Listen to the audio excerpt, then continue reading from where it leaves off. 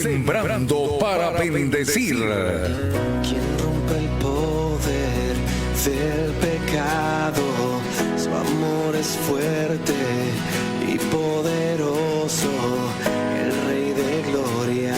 Llámenos al número 22-761-9729. Bienvenidos. Conmueve el mundo con su estruendo y nos asombra con maravillas, el Rey de Gloria, el Rey de majestad. Gracias sublimes, perfecto es tu amor, tomaste mi lugar, cargaste tú mi cruz, tu vida diste ahí, y ahora libre soy.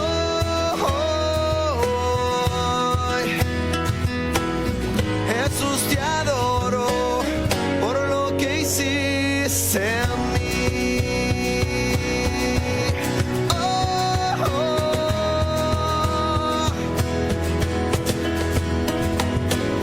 Pusiste en orden todo el caos, nos adoptaste como tus hijos, el Rey de Gloria, el Rey de majestad.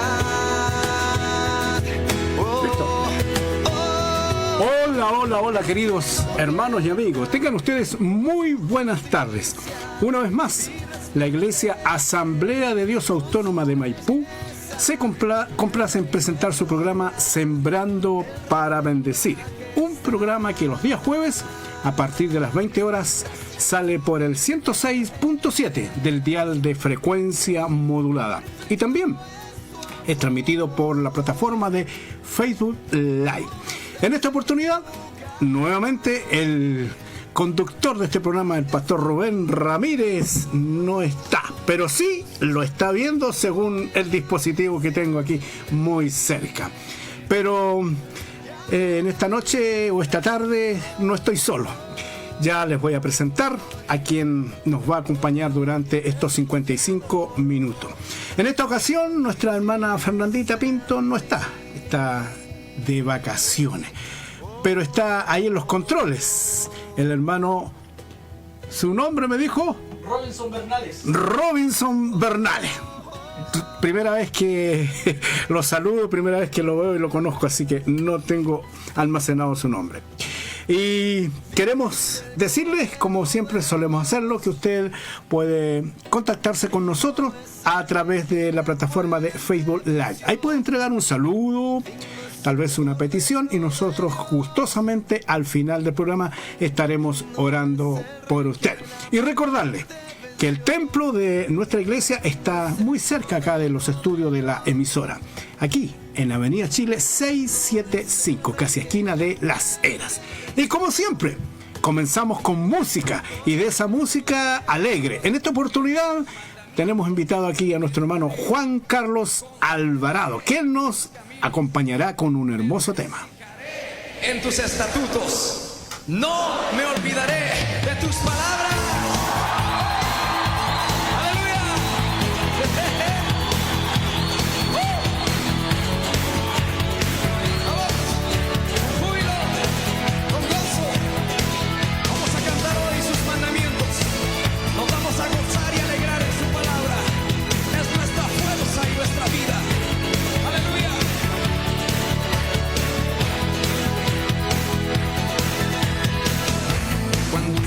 Sol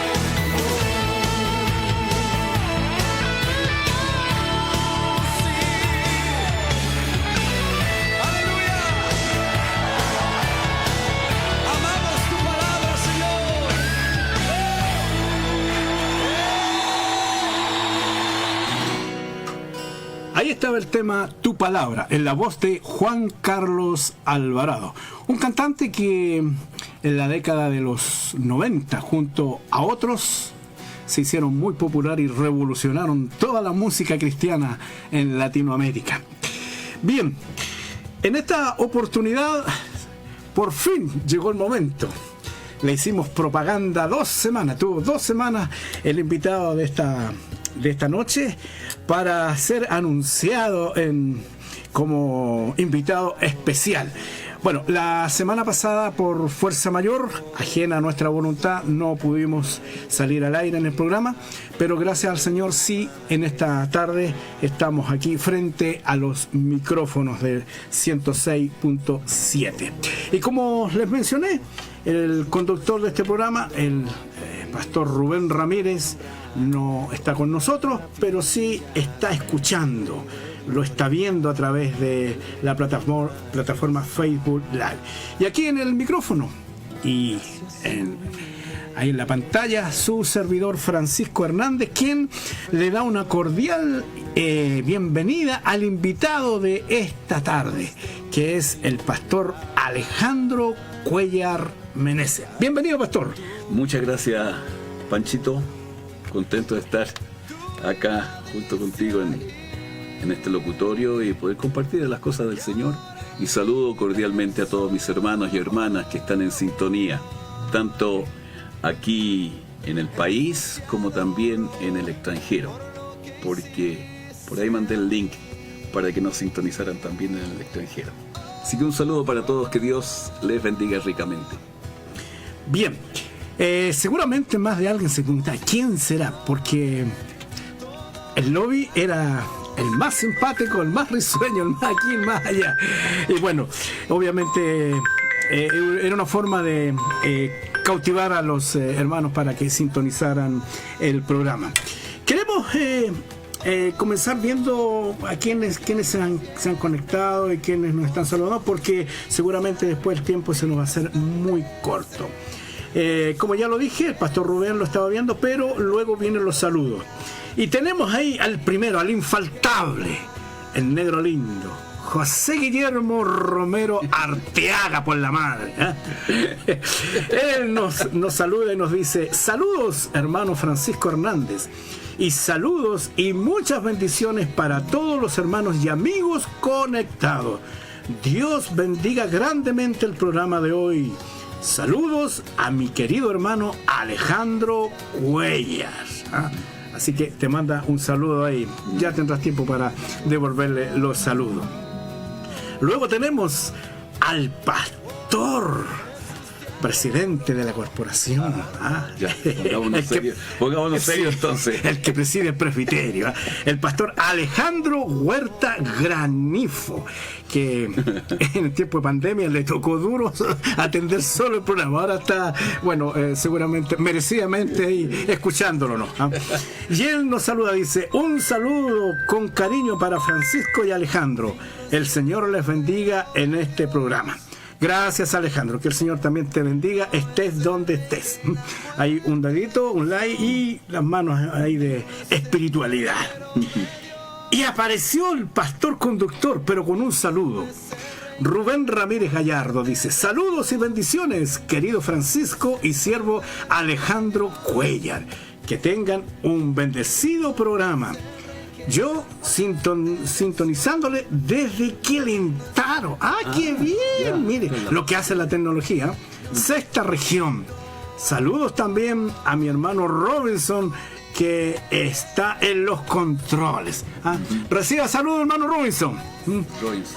Así que le mandaron un saludo. Luego tenemos ahí a la hermana Rosana Elizabeth Muñoz Godoy, quien también hace intervención a través del chat diciendo: saludos, pastores, el Señor les bendiga a cada uno.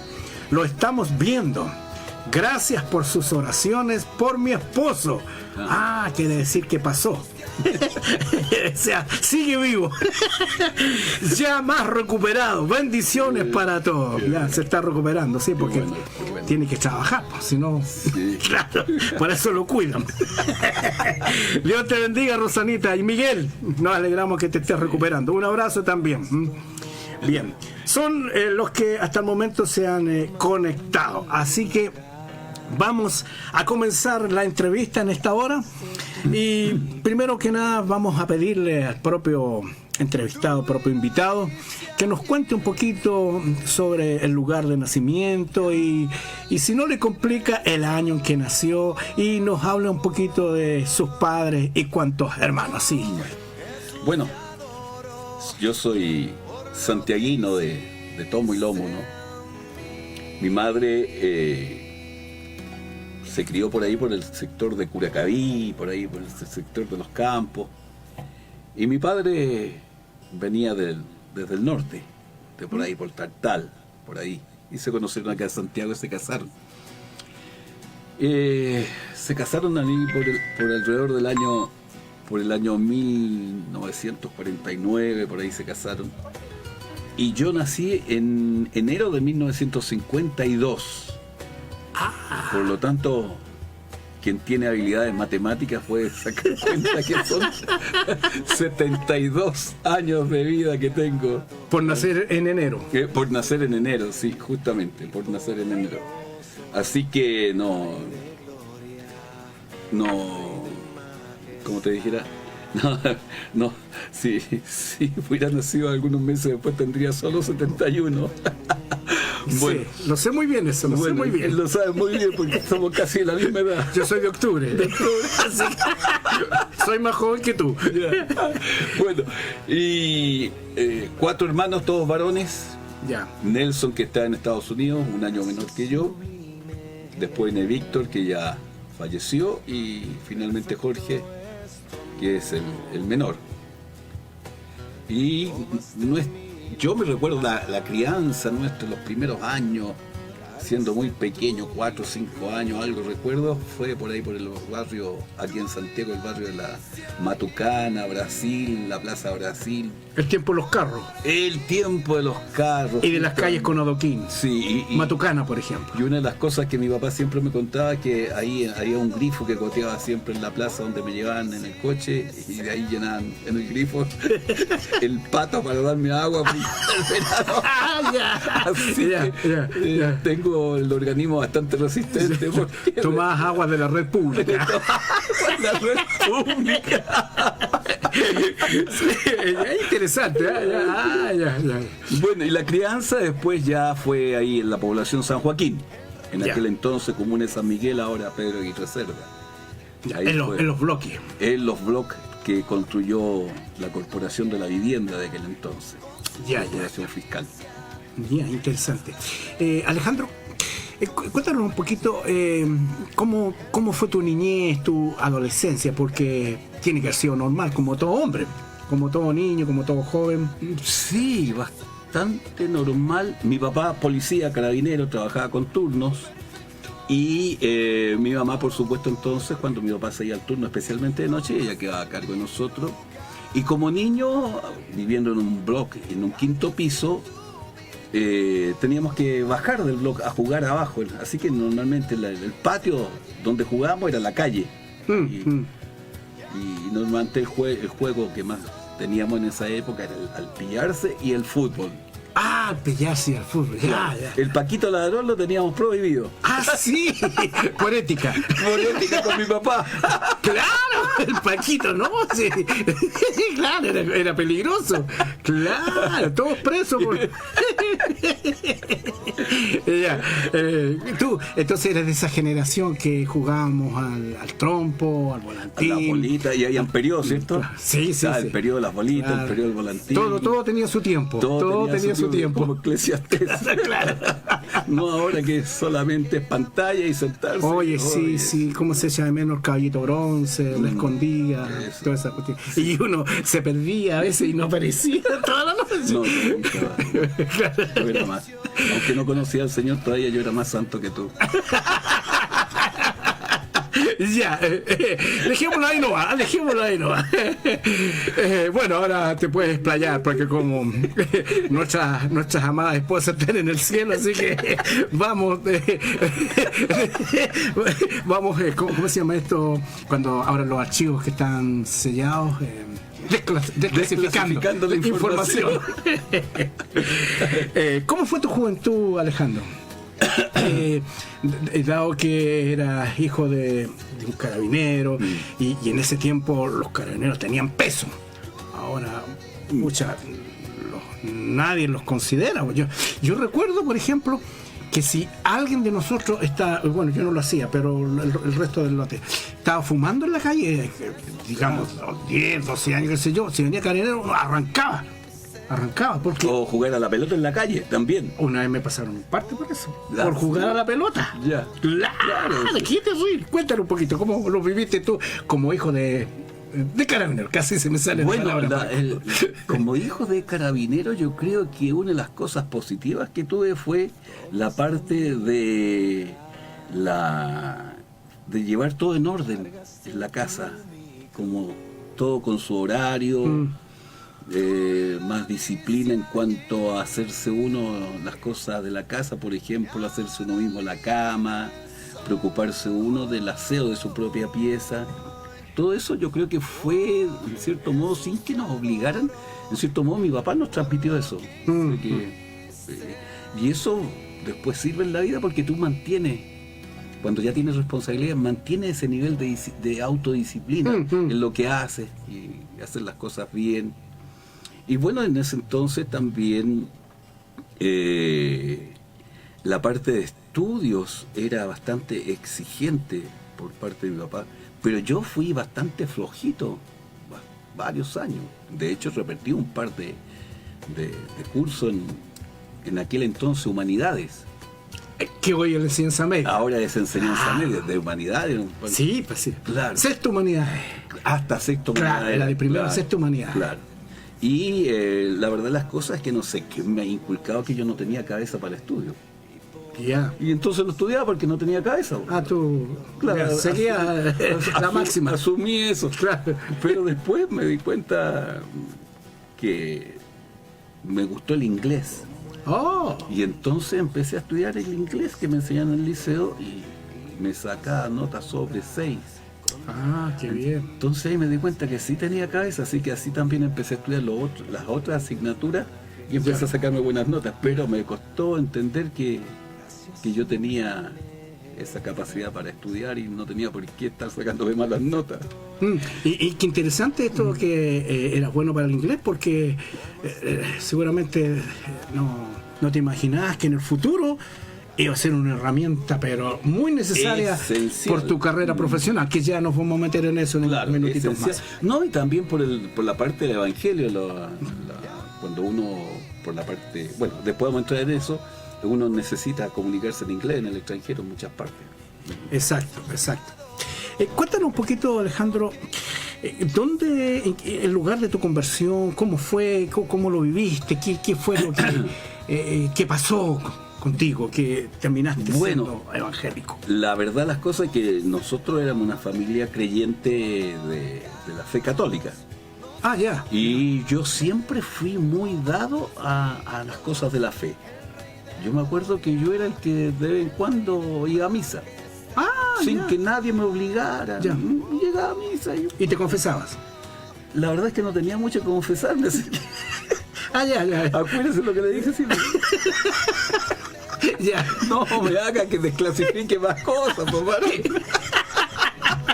Ya. Sigamos mejor, sigamos. Mire que esta onda se va y no se sabe a dónde llega. Claro, sí. Sí, tienes razón, sí. Bueno,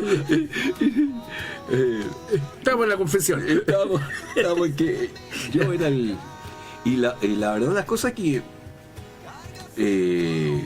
estábamos viviendo una etapa muy crítica en la familia, porque mi mamá había caído en una depresión y angustia a causa de que le tomó terror a las arañas. Y ella tenía pánico y no sé por qué llegó una plaga de arañas al lugar donde vivíamos. Y ella tenía pánico de que alguna de esas arañas picara o mordiera a alguno de sus hijos y ella no se diera cuenta y alguna de esas arañas fuera venenosa. Entonces ella vivía... Y eso ya pasó, ese periodo, no sé por qué llegó esa plaga de esos insectos. Y las crisis nerviosas siguieron. Y eran unas crisis en que se le agarrotaba todo el cuerpo, todos los músculos del cuerpo se le agarrotaba y la verdad es que tuvieron que recetarle calmantes. Y llegó el momento en que ninguno de esos calmantes para los nervios le hacía efecto y el médico llamó a mi papá, el médico tratante, y le dijo que se preparara para un desenlace probablemente muy trágico. Porque que no se olvidara que así como se le agarrotaban todos los músculos, las manos, las piernas, mi mamá, y casi no se podía mover, el corazón también era un músculo. Claro, sí, Y se le podía detener, entonces era cuando mi papá le contó a mi mamá, fue peor la crisis. Y ella sufría y le tenía miedo a esto. Y yo tenía 11 años, era el mayor. Entonces ella tenía un pánico de que sus hijos iban a quedar huérfanos. Y que probablemente mi papá podía estar en el turno en la comisaría y estuviéramos nosotros solo con ella cuando le diera un ataque de ese estilo. Y en esas circunstancias llegó la carpa de la iglesia a predicar el evangelio en la población donde vivíamos. Se instaló ahí y una vecina que era de la iglesia bautista la invitó a un culto en la noche. ¿Por qué no va, vecina, al culto ahí? ¿Cómo sabe si Dios la sana? Y mi mamá fue. Y ese primer día de inmediato mi mamá aceptó la invitación a recibir a Cristo como el Salvador. Pasó adelante y me acuerdo que estaba Juan Fredrickson y el pastor Samuel Gustafson, quienes llevaban adelante la campaña, oraron por ella. Y desde ese día, desde que se entregó al Señor, desaparecieron esos ataques a los nervios, esas crisis. Desapareció completamente todo eso. Excelente. Y en base a eso, nosotros con mi hermano menor fuimos al día subsiguiente a la campaña de carpa. Y a pesar de tener 12 años ahí, de todas maneras la predicación me mostró que tenía algunos pecados que arreglar con Dios. Así que cuando hicieron la invitación a pasar adelante para pedir perdón y aceptar a Cristo como el Salvador, yo pasé con mis 12 años y mi hermano Nelson también. Así que los dos niños ahí de 11, 12 años arrodillados le pedimos perdón a Dios. Confesando las maldades, los pecadillos que no se le hayan pasado por alto al Señor. Claro, sí, para nosotros eran chiquilladas, pero a la luz del Evangelio parece que las mentiras que se le da al papá no eran aceptables. Ya, interesante. Y es decir, de ahí hasta el día de hoy. Sí, de ahí, pero debemos reconocer que ninguno de nosotros ha llevado un evangelio perfecto en su vida, ¿no es cierto? Ya. Sí, nunca me aparté del evangelio, pero sí etapas de la vida en que uno anda más frío espiritualmente y otro más fervoroso espiritualmente. Pero alejarme del Señor, alejarme del evangelio, no, nunca. Pero sí esos periodos de como que voy a la iglesia porque voy. Claro. Que es mi costumbre, es mi tradición. Sí. A eso me refiero yo, a esos tiempos de frialdad. Pero siempre Dios hablando al corazón y pasaba un tiempito y ya no estoy bien y vamos buscando al Señor y más que buscar al Señor, el Señor lo busca a uno. Es cierto. Es el Señor que lo busca a uno. Claro, es cierto. Alejandro, luego viene la etapa, digamos, en donde los sentimientos necesitan a alguien. Tú estás hablando de cuando ya uno empieza a fijarse en el sexo opuesto, claro. Sí, a echar como que una oleada, sí, claro, una ojeada. Sí. Cuéntame, la verdad es que yo... ¿cómo viviste esa etapa? En la iglesia, fíjate que me recuerdo yo, y siendo bien honesto y sincero delante del Señor, algunas hermanas que eran mamás de jovencitas, como que me consideraban que yo no era un buen partido para la hija. Porque según ella yo era muy pololo, pero yo no pololeaba con nadie. Lo que pasaba es que yo participaba y bromeaba con toda la gente, con las jovencitas. Es el chiche. Sí, entonces ella mirando a la distancia lo veían que Claro. uno andaba ahí como de conquista. Y eso no está. Ah, ya. Mira. Pero después ya llega el tiempo ya en que uno se pone un poquito más serio y ya empieza a pensar en una como decimos aquí en Chile, una polola, una novia. Y la verdad las cosas que ninguna de las chiquillas de la iglesia me hizo caso. Ya. En eso no fui bendecido. No fuiste bendecido, ya, qué terrible. Salvo, por supuesto, una hermana que era hija de uno de los ancianos. Pero no me acuerdo bien porque eso no prosperó. No era de Dios. No era de Dios. No le echemos la culpa a Dios de estas cosas. Claro. No espiritualicemos lo que es carnalidad. Bueno, los que estuvieron hace unos domingos atrás seguramente escucharon un testimonio del pastor. Sí, un testimonio bien abrupto. Cuéntanos un poquito, antes de entrar después aquí a hablar un poquito de lo que fue tu esposa.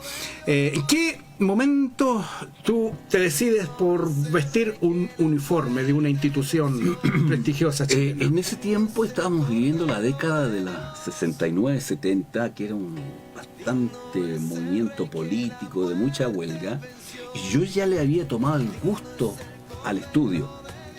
Y una de las cosas que me molestaba mucho era llegar al liceo y encontrarme con que en el liceo estaban en huelga. Ya. Y yo preguntaba, ¿por qué estamos en huelga? Estaban apoyando a los combatientes de la guerra del Vietnam, estaban apoyando... Y yo me preguntaba, ¿y qué sabrán los vietnamitas que lo están apoyando desde acá? Curiosamente. Entonces yo estaba perdiendo de estudiar por esas cosas políticas y un día tomé la determinación y me dije, voy a entrar a trabajar donde no hayan huelgas. Ya. Sin pensar en... Pero era esa mi pensamiento, entrar y trabajar donde no hubieran huelga. Me molestaba la huelga porque me hacía perder a mí, en mi caso, estudio. No entendiendo bien, por supuesto, lo que signifique y lo que busque en realidad una huelga, pero... Y en el liceo donde estaba estudiando tenía una compañera que su hermano había entrado en la Fuerza Aérea. Y ella me contó. Así que eso me entusiasmó, saber que la Fuerza Aérea se podía aprender una profesión, era un trabajo estable, no habían huelgas, Sí. no habían huelgas ahí en la Fuerza Aérea, y que era una profesión alcanzable porque era con estudio a 2 años. Ya. Es que alcanzable. Mi papá, en ese entonces, el sueldo de la policía era bastante bajo, no tenía medios como para que pudiera tener más aspiraciones de estudio. Así que se lo comenté a mi papá se entusiasmó y ahí me ayudó y postulé a la Escuela de Especialidades de la Fuerza Aérea y afortunadamente quedé. Y mi hermano, el Nelson, también se entusiasmó y quedamos los dos juntos ahí y ingresamos como alumnos de la escuela, ingresamos en 1971. Alejandro, yo tengo una imagen tuya. Es que estás vestido con atuendos árabes y tomando una cuestión rara, no me acuerdo el nombre porque hace muchos años que vi esa imagen y escuché. Estuviste en el Golfo Pérsico. Sí. Cuéntanos un poquito cómo fue tu experiencia ya para esa época de la guerra del Golfo. Sí. Bueno, en 1991 fue la guerra del Golfo Pérsico y posteriormente a la guerra se enviaron contingentes de las Naciones Unidas para mantener la paz y no hubieran conflicto en la frontera entre Irak y Kuwait. Y en abril de 1992 yo postulé y quedé seleccionado para ir en el contingente y estar con los helicópteros que tenía Chile ahí en la frontera de Irak con Kuwait para transportar a los observadores de las Naciones Unidas y mantener entonces todo el sistema de paz que había después de la guerra. Y ahí estuve entonces prácticamente 8 meses. En un principio iba por 3 meses, después lo alargaron a 6 meses. Debe ser de Kuwait se llama. Y ¿cómo se llama? Y no se pudo concretar la llamada de acá. Buena, como dicen los que juegan al pool, te sacaste un buen pillo. Bueno, una de las cosas, buen ambiente laboral, buen ambiente, mucho calor, sí. Algunos días pasamos los 50 grados de temperatura, pero siempre uno se aclimata, el cuerpo humano tiene esa cualidad de aclimatarse, así que el ambiente laboral bueno, y a mí que siempre me gustó trabajar en avión, en este caso los helicópteros también, ni un problema. Y lo que sí eché mucho de menos fue el no tener iglesia donde congregarme. Entonces eso fue bastante duro para mí los primeros meses, los primeros quizás 3 meses, no tener donde congregarme, solamente conformarme con leer la Biblia, alejarme un poquito del campamento donde estábamos para tener un devocional personal, cantar algunas alabanzas, algunos coros, pero eso no me llenaba, no me llenaba para nada. Anhelaba la comunión con los hermanos, echaba de menos tener comunión con los hermanos, y eso siempre yo se los recalco a los hermanos, que el tener comunión el uno con el otro es algo maravilloso dentro del cuerpo de Cristo. Pero gracias al Señor, sin darme cuenta, un día que tenía que llamar a Chile y estaba en la central telefónica esperando porque había mucho tráfico telefónico, tuve que esperar, me puse a tararear un himno ahí, creo que firme ya adelante, a tararearlo en la ventanilla, y quien atendía la central telefónica era una dama hindú. Y cuando me escuchó tararear el himno, ella como que abrió los ojos y me preguntó, ¿usted es cristiano? Y le dije, sí, soy cristiano. Y me dijo, yo también. Ah, sí. Y hacía 3 meses que yo me sentía solo como cristiano, y tenía una hermana que me atendía cada 15 días los llamados que hacía Chile. Y conversando ahí con ella me preguntó, ¿y usted ha ido a la iglesia? Yo he buscado iglesia aquí, no he encontrado, he visto solamente las mezquitas. No, me dijo, si hay una iglesia. No me digas. ¿Y cómo podría ir para allá? Dígale al hermano George que lo lleve. ¿Y quién es el hermano George? El hermano de Nigeria que entrega los vales de almuerzo al personal. Él, o sea, el que me entregaba los vales de almuerzo también era un hermano en Cristo. Y yo llorando por un hermano. Claro. Bueno, y así que fui a hablar con el hermano, y el domingo siguiente él me llevó porque el campamento estaba a 120 kilómetros de la ciudad.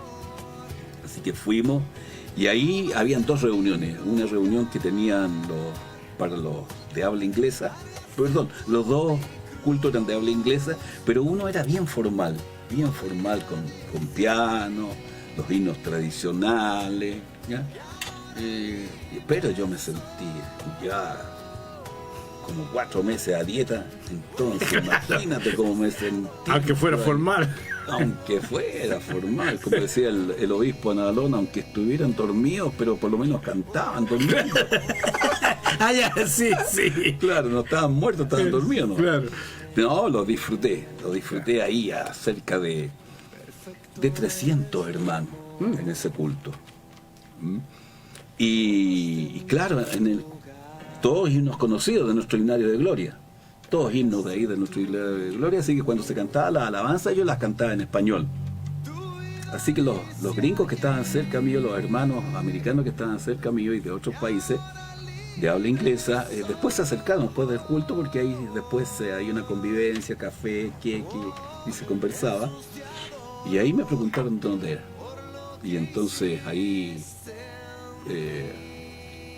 conversé con ellos y me preguntaron, ¿y te vas a quedar al otro culto? ¿Cuál otro culto? El que sea allá. Hay una capilla al frente. Y en esa capilla estaban los asiáticos, coreanos, filipinos, y ellos tenían guitarra eléctrica, batería, ya ahí más rockero. Ahí la pachanga espiritual era con todo, con palmas y algunos danzaban. Ahí se podía mover el esqueleto. Claro, si era con todo, no había restricciones ahí. Ya. Así que yo disfruté ahí. ¿Te quedaste ahí entonces? No, tuve una vida espiritual bastante balanceada de ahí en adelante. Ya, ok, visitaban los 2 cultos. Bueno, y eso me sostuvo hasta que volvimos a Chile, después de cumplir la misión. Pastor, cuéntenos un poquito, claro, el tiempo es escasísimo lo que nos está quedando, pero háblanos de tu esposa y lo que significó perderla. Ya. Bueno, con Chabelita nosotros nos conocíamos desde niño. Ella vivía al frente, las casas también construidas por la Corporación de la Vivienda, pero al frente. Así que nos conocíamos desde niño, pero no teníamos contacto. Ella era de otro grupo de amigos y yo de otro grupo de amigos. Pero ya siendo jóvenes, mi hermano Nelson se hizo amigo del grupo de ella y mi hermano fue el que me presentó. Y ahí entonces nos conocimos, la invité a la iglesia, me acuerdo cuando estaba recién empezando los cultos en el Templo Mata, estaban en los cultos de inauguración, me acuerdo, y ahí aparecí con ella. En la década de los 70. En la década de los 70, sí. Así que, no, fue un romance bonito, rápido, y nos casamos el año 1973, siendo bien jóvenes. Ya. Bien jóvenes, yo con 21 años y ella con 18 años. Así que bien joven. Y después, como al año y medio, llegó el Jano, mi hijo, y tristemente mi esposa tenía un problema ahí interno a nivel de útero, así que no, dijeron que no era conveniente que se embarazara. Y por eso tuvimos solamente un hijo. Ya. Y fueron 47 años de matrimonio que fuimos con Chabelita hasta que tristemente le descubrieron el cáncer, y aunque se hizo todo lo posible, no fue posible derrotar el cáncer. Y cuando ella partió, el sentimiento de soledad la primera semana fue bastante fuerte. Es horrible. Claro. Un solo hijo y a 1.000 y tantos kilómetros. 2.180 kilómetros de Santiago, así que yo estaba realmente solo. Entonces el sentimiento de soledad solamente, y sobre todo en las tardes, era bastante terrible. Pero la palabra del Señor dice que no viene carga sobre nuestra vida más allá de la que podemos soportar. Así que esa carga emocional, Dios me ayudó a sostenerla, y bueno, de a poco uno también emocionalmente se va acostumbrando a la soledad y va también readecuando el sistema de vida, horario, porque ya tiene que preocuparse de cocinarse uno mismo, lavarse, claro, hacer la casa y todas esas cosas.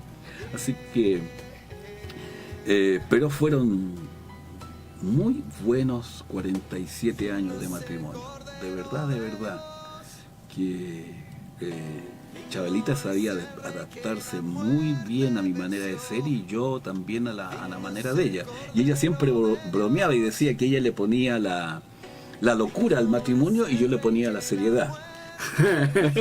Ella siempre cuando conversaba, por eso decía que nos afiatábamos también, porque ella ponía la locura y yo ponía la seriedad. Así que bonito claro. Recuerdo. Hablaste de un hijo que lleva tu nombre y que está en la misma institución. Sí, ya con su carrera completa, ya cumplida, pero aún sigue trabajando en la institución. 3 nietos. Eso es lo que te iba a preguntar. 3 nietos. 3 nietos. Bueno, ya tienen que estar... Sí, pues la nieta, que es la menor, ya tiene 16 años. Ah, ya. Y el nieto que está conmigo, que está estudiando acá en Santiago en la universidad, él ya tiene 18 años, 19 años. Ah, ya. Y el otro, que es el mayor, que está en los 21 años. Así que son todos ya grandes. Así que un consejo para los abuelos: aprovechen a los nietos cuando están chicos, de jugar con ellos, chochear con ellos, porque crecen muy rápido y después ellos ya tienen sus propios intereses, su propio mundo, y los abuelos quedan de lado. Sí. La semana pasada yo acompañé a mi nieta, que tiene 22 años, al civil como testigo. Mira, se me casó. Claro. Y a propósito de familia, antes que se me olvide, hoy día 25 de enero, una fecha como hoy, fui padre por primera vez. Mi primogénita Isabel, nació un día como hoy, mi primogénita, que en este momento es la que está en casa conmigo. Alejandro, ¿cómo viviste el llamado al ministerio? ¿Cómo se dio esto? ¿En qué momento tú dijiste el Señor me llama para esto? ¿O fuiste un poquito calculador? ¿Será o no será? ¿Será de Dios? ¿No será de Dios? ¿Te decidiste al tiro? O no sé, ¿cómo lo viste? La verdad es que no no fue un llamado así que Dios de repente me habló, que me llamó al ministerio. No, eso fue algo relativo. Como te decía, yo de chico fui muy dado a la parte de la fe. Cuando era de la fe católica, iba a misa. Y a los 5 o 6 años, cuando los hermanos pasaban predicando por la calle, los hermanos pentecostales, yo me iba detrás de ellos, junto con los hermanos. Y el culto era un culto chiquitito que había como a media cuadra. Entonces yo llegaba con ellos, entraba con ellos al culto, no entendía nada. Cuando ellos se arrodillaban, yo me arrodillaba, pero como que algo me tiraba. Y después, estando ya en San Joaquín, cuando mi mamá conoció al Señor y yo también después junto con Nelson, empezamos a asistir al local que tenía la iglesia, al anexo que tenía en la población La Victoria. Y ahí fueron mis primeros pasos cristianos, mis primeros aprendizajes en el Evangelio, en el local de la población La Victoria. Que era de adobe en esos años. Era de adobe en esos años, pero habían hermanos, un grupo de hermanos que nos acogieron muy bien, tanto a mis padres como también a los hijos, a nosotros dos. Y ellos también tenían hijos de la misma edad, así que afiatamos ahí con el grupo, ahí sobre todo al frente que vivía el hermano Valdés, así que era normal que nos juntáramos los jóvenes a tomar once ahí 1, 2, 3 veces a la semana, y en ese entonces nadie se hacía problema. Bueno, y los hermanos colaboradores de aquel entonces, siendo yo de 13, 14 años, me dieron oportunidades de compartir en el culto ya sea una oración, algún devocional para las peticiones, y ahí ellos se dieron cuenta, yo no me daba cuenta, pero ellos se dieron cuenta que lo que yo entregaba le llegaba a la gente. Ahora entiendo que no era yo, sino que era el Señor en su propósito, y le llegaba a la gente. Y eso hizo que parece que se comentara dentro de las reuniones de colaboradores que habían con el presbiterio, y cuando yo tenía unos 16, 17 años, me empezaron a dar a mis reuniones como colaborador. Y yo siempre veía que cuando yo exhortaba la palabra del Señor, la palabra le llegaba a los hermanos. Ahora, mi mamá, cuando se casó, ella no podía tener hijos. Llevaba 3 años de matrimonio y en ese entonces era normal que al año ya tenía que nacer el primer hijo. Si no, ¿para qué se casó? La gente se casaba en aquel entonces para tener hijos. Claro, ahora al revés. Claro. Mi papá, con un pensamiento machista de aquel entonces, seguramente retó muchas veces a mi mamá porque no se embarazaba y nunca le llegaba el hijo. Claro, y no sé. Claro. Y en ese entonces siempre la mujer era la culpable, ¿no? Claro, porque no llegaba a los hijos. Bueno, pero mi mamá entonces, dentro de su fe católica, le pedía a la Virgen que le diera un hijo. Ella también se sentía muy frustrada por no ser madre. Y la verdad es que no llegaba nunca la respuesta, así que un día se enojó con la Virgen. Y le dijo que no le iba a pedir más y que le iba a pedir directo a Dios. Así que dice que de rodillas frente a la imagen de la Virgen, le pidió a Dios un hijo. Se saltó el protocolo. Se saltó el conducto regular. Claro, hablando en términos jerárquicos. Claro, se saltó el protocolo. Y parece que Dios le escuchó a esta mujer que estaba muy afligida porque al mes se dio cuenta que estaba embarazada. Al mes y medio por ahí. Y dentro de lo que le dijo a Dios ahí cuando le pidió el hijo, era que el hijo iba a ser para él, para Dios. Fue casi muy similar a la historia de Ana. Ya sé. La mamá de Samuel. Casi muy similar, que Ana le pidió un hijo y quería hacer para él. Bueno, mi mamá hizo lo mismo, sin tener conocimiento de la Biblia, nada, hizo lo mismo. Y parece entonces que Dios le tomó en cuenta. Le cobró la palabra. Porque desde niño, desde que yo tengo conciencia, siempre me atrajo esto de la fe.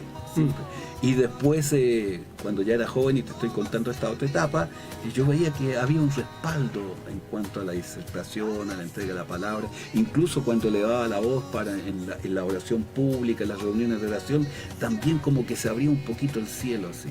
Entonces se veía algo diferente. Y eso hizo también que como colaborador yo fuera bastante respetado por la congregación, por la membresía, y eso lo fue considerando el presbiterio hasta que me llamaron al presbiterio, que fue en el mismo año que te llamaron a ti, al pastorado. Pero yo me resistí, me resistí porque yo todavía estaba en servicio activo, todavía era parte de la institución, entonces como que no cuadraba los horarios con la responsabilidad de ser pastor, de ser presbítero, no cuadra. Entonces cuando el hermano Samuel habló conmigo le dije que no. Entonces él me pidió que lo reconsiderara, habló largo conmigo, y una de las cosas que me decía era que todos los ancianos de aquel entonces de la iglesia, todos concordaban con mi nombre. Y eso fue lo que me hizo decirle, bueno, espéreme unos 3 meses, 4 meses para orar y preguntarle a Dios, hablar con Isabel también. Sí. Porque esto del pastorado no es de uno, Exacto. también lo lleva la esposa. Sí. Entonces, y la verdad las cosas que empecé, y la verdad es que tenía la convicción de que sí, pero me resistía por el asunto de horario. Sí. Me resistía por el asunto de horario. Hasta que el hermano Samuel un día me dijo, ya, pues Alejandro, ¿sí o no? Y bueno, Isabel había dicho que sí, así que ahí le dije que sí. Así que estuve resistiéndome un poquito, pero sí con la convicción de que sí era, pero llamarlo así como un llamado, como un fuego ardiente. No, era una convicción mental, emocional, de que sí yo tenía un llamado a estar en el ministerio pastoral, ¿no? como anciano, como presbítero. Y así junto contigo nos apartaron y entramos entonces al presbiterio de la Avenida Mata.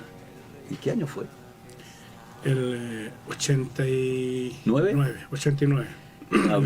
Abril de 1989. Abril, claro, porque fue 50 años. Y era Semana Santa. Sí, era Semana Santa, sí. Así que ahí claro, fue junto a Francisco Naranjo, que todavía está en el ministerio, sí. Y Patricio Rodríguez, que está en la presencia del Sí. Señor. Fuimos nosotros 4. Nosotros 4 Más 2 y evangelistas. 2 evangelistas, que es el que Paul, que actualmente es El pastor pastor de Santiago, Boris, que pastorea el ahí Padre Hurtado. en Padre Hurtado. Padre Hurtado, Claro. claro. Ahí, así que así fue mi... Y después había un local que estaba necesitando un líder, y ese era la cisterna, y yo como vivía cerca, así que le pedí al presbiterio que me entregaran, y yo me hice cargo ahí de la cisterna, que después fue el bosque, y ahí pudo afirmarse mejor la obra, y el Señor fue una buena escuela esa, de 13 años, 13 años fueron ahí, en la comuna del Bosque. Bien. Uy, se han ido los minutos, pero rápidamente vamos a aprovechar de saludar a quienes se agregaron al final, porque si no después nos van a cobrar sentimientos. La hermana Gloria Sea Valdera nos dice: buenas tardes, queridos pastores y todos quienes están conectados al programa. Dios sea bendiciéndoles a cada uno. Gracias por compartir su testimonio, Pastor Alejandro Cuellar. Abrazos a todos y todas. Ya, ahí, está bien. Y todas. Luego, nuestra hermana Raquel Salud, ella es de Cuba. Ah, la hermana Raquel. Hermana Raquel, la cubana. Bueno, ella dice: buenas noches, estimado hermano Francisco e invitado. Desde Cuba, mi saludo para todos mis hermanos conectados. Ajá. Bien, le enviamos entonces un cariñoso saludo a nuestra hermana Gloria Sea, junto a su familia, y a nuestra hermana Raquel allá en el Caribe, allá en Cuba. Y también está un hermano que siempre se conecta, al igual que el negro lindo, hermano Cristian Lara. Saludos, pastores, dice. Que Dios les bendiga y muy buen programa, escuchándolo desde mi trabajo. Eso, trabaje nomás. Sí, para lo único que sirven los hombres para trabajar. Y que esos son los saludos que tenemos. Luego tenemos ahí a Marilyn Rafaelán. No sé si leo bien porque los lentes no me los puse. Rafaelán. Ya. Bendiciones, pastores. Desde El Salvador les estamos viendo. Abrazo. Ah, bueno, ahí ya es el contacto tuyo. Saludo tú, entonces, responde tú. Bueno, una alegría grande saber que desde El Salvador la tecnología nos permite estar en conexión y nos están viendo, dijeron. Sí. Debía haberme peinado mejor entonces. Pero un abrazo, mucho cariño ahí a Marilyn y a quienes están con ella viendo el programa. Que Dios les bendiga mucho. Gracias. Bueno, estamos a 1 minuto del término del programa. Lamentablemente el tiempo se hizo corto. Le había pedido al pastor que nos entregara una pequeña reflexión, pero va a quedar para otro programa. Ahí ya más formal, ya que no con tantos detalles, que porque la idea de este espacio es que los miembros de la iglesia conozcan a sus pastores, algunos detalles porque los ven en el púlpito, los escuchan predicar, los escuchan cantar, orar, qué sé yo, pero más allá la intimidad no los conocen. Obviamente hay muchas cosas que tampoco las vamos a estar contando de acá, no, pero sí que puedan ver los hermanos que sus pastores son de carne y hueso, que han vivido las mismas situaciones que ellos, tienen las mismas aspiraciones y que si no respiran se mueren. Así que bien, vamos a despedirnos entonces porque llegó la hora de despedirse. Agradecemos a nuestro hermano Robinson por la puesta en el aire, agradecemos a cada uno de quienes se han conectado a través de Facebook Live. No sé, hermano Robinson, si tiene la capacidad de vernos o la posibilidad de ver cuántos conectados hay en el 106.7. No la tiene. Ya, ok. Bueno, Fernandita siempre nos dice que ella cuánto hay conectados, porque hay personas conectadas. Yeah. Así que, pastor, palabra final y una oración final, y gracias por el tiempo que ha dedicado para acompañar. 35. Buen rating. 35. A los 35 hogares, sí, porque eso significa más todavía, porque hay más personas escuchando. Les enviamos un abrazo, un saludo, gracias por sintonizarnos, y les invitamos para que el próximo jueves a las 20 horas por el 106.7, nuevamente el programa Sembrando para Bendecir. Y el pastor que ha estado con nosotros nos va a despedir con una oración y sus palabras finales. Muy bien. Agradecido a Dios por este tiempo de comunión a través de esta tecnología, y qué bueno haber estado conectado no tan solo con hermanos aquí en Chile, sino también en el extranjero, con nuestra hermana de Cuba y por supuesto con nuestra hermana Marilyn allá en El Salvador. Que Dios les bendiga mucho. Oremos al Señor y demos gracias por este tiempo que hemos podido pasar juntos. Padre, te doy muchas gracias por estos momentos, Señor, en que hemos podido compartir, Señor, en forma distendida, parte de nuestra vida, nuestro caminar contigo, Señor, cómo nos llegamos a tu presencia, cómo tú nos llamaste al servicio en tu obra.